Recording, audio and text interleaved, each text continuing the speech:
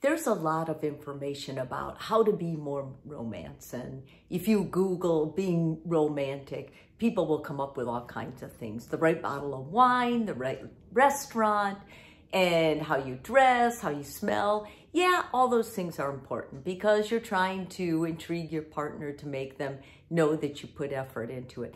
But the type of romance I'm going to talk about today is a kind that comes from self-awareness. And I believe that in order to be more romantic, you need to put yourself in your partner's shoes. You need to consider how your partner feels from the things you say, from your choice of conversation, from how much effort you put into the relationship, and basically how you act around them throughout the day.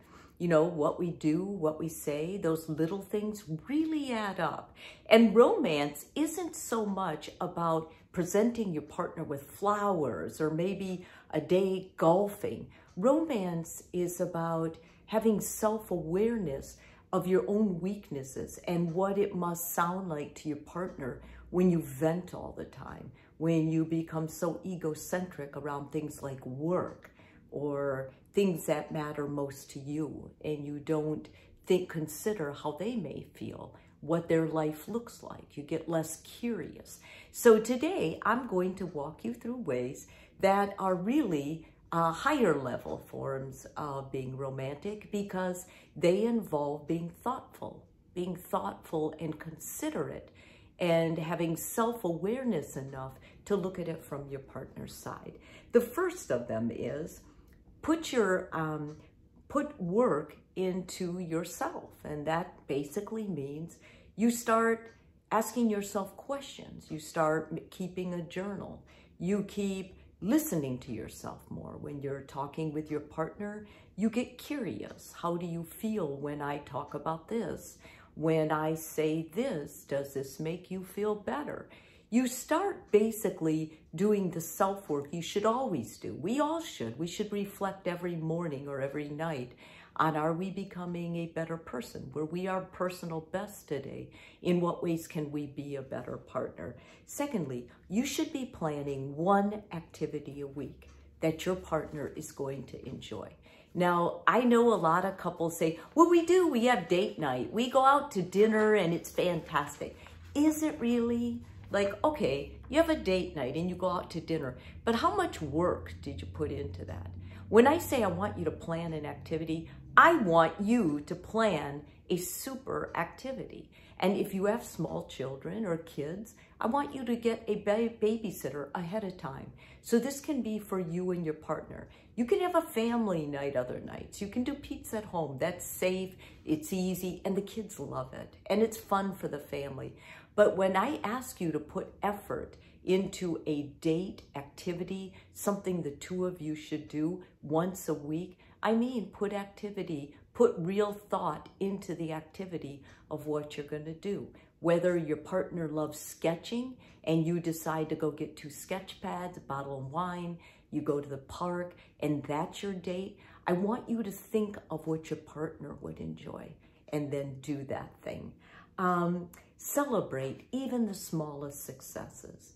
So maybe your partner, the smallest thing, was able to get to work on time and all the lights were green. Make it a big deal. It's not overwhelming for you to think about what was a big deal for them. Or if you don't know, ask them. They're probably they probably just don't even think about it because they don't think you care. But maybe somebody paid it forward at Starbucks and bought their coffee. And, you know, that's a big deal for them. So celebrate it. Tell them something like, you deserved it. I don't know what I'd do without you. You're precious. You were the nicest people I know. These things mean a lot. And get involved and be aware. Be aware of yourself and be aware of your partner. Revisit and go over your vows again. If you don't remember them, I bet someone at that wedding taped them. Maybe you want to make some new ones. Maybe you want to think about what your wedding vow would look like today. Do you know one of the most symbolic gifts you can give your partner is a new wedding vow? You can do that every year on their anniversary. That is romantic. That means something. And being able to recite what you wrote to them and mean it and practice it, that's over the top. I think that is the greatest romance story ever. Or maybe you want to think about what it feels like for your partner to hear what you say most of the time. Are you critical? Do you call people idiots? Are you stressed out? When you come home, do you immediately go to them and put your arms around them, ask them how their day was?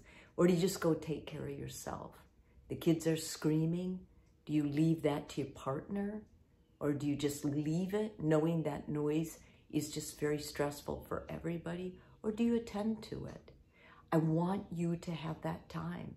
That's personal time. Whether you do it in the car on your way home, or you do it once you get home, or you do it in the morning, put yourself in your partner's place to hear what you say and how you are. And I think one of the important things too is for you to befriend other couples. Start talking to couples, healthy couples. Friends keep our marriages alive. Friends add spice to our marriage. And friends are our biggest supporters when we need support or help with a sick child or a sick spouse or anything in life that happens during uncertainty. And if you haven't experienced it yet, you will. Give yourself time. Start committing. If maybe you have one of the partners who's more social than the other, take some of that load off of them.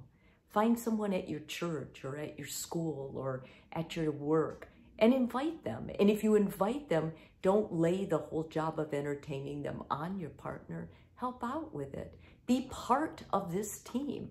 Get engaged and really work to bring romance. And when your friends are there, brag about your partner.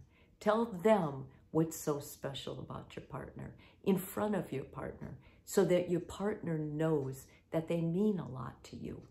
And regularly tell your partner how much you love them. I don't mean on Valentine's Day. I don't mean on your anniversary or their birthday. I mean every day. The simplest thing in the world you can do to convey how much your partner means to you is look for ways that you appreciate them and let them know. Tell them ways you saw them, a look in their eyes, or some action they did that really just touched your heart. These are romantic things. These are the things that keep love alive. This is where the spark is. You want a better sex life? You want more romance, but not flowers and candy. Those are nice. This is better.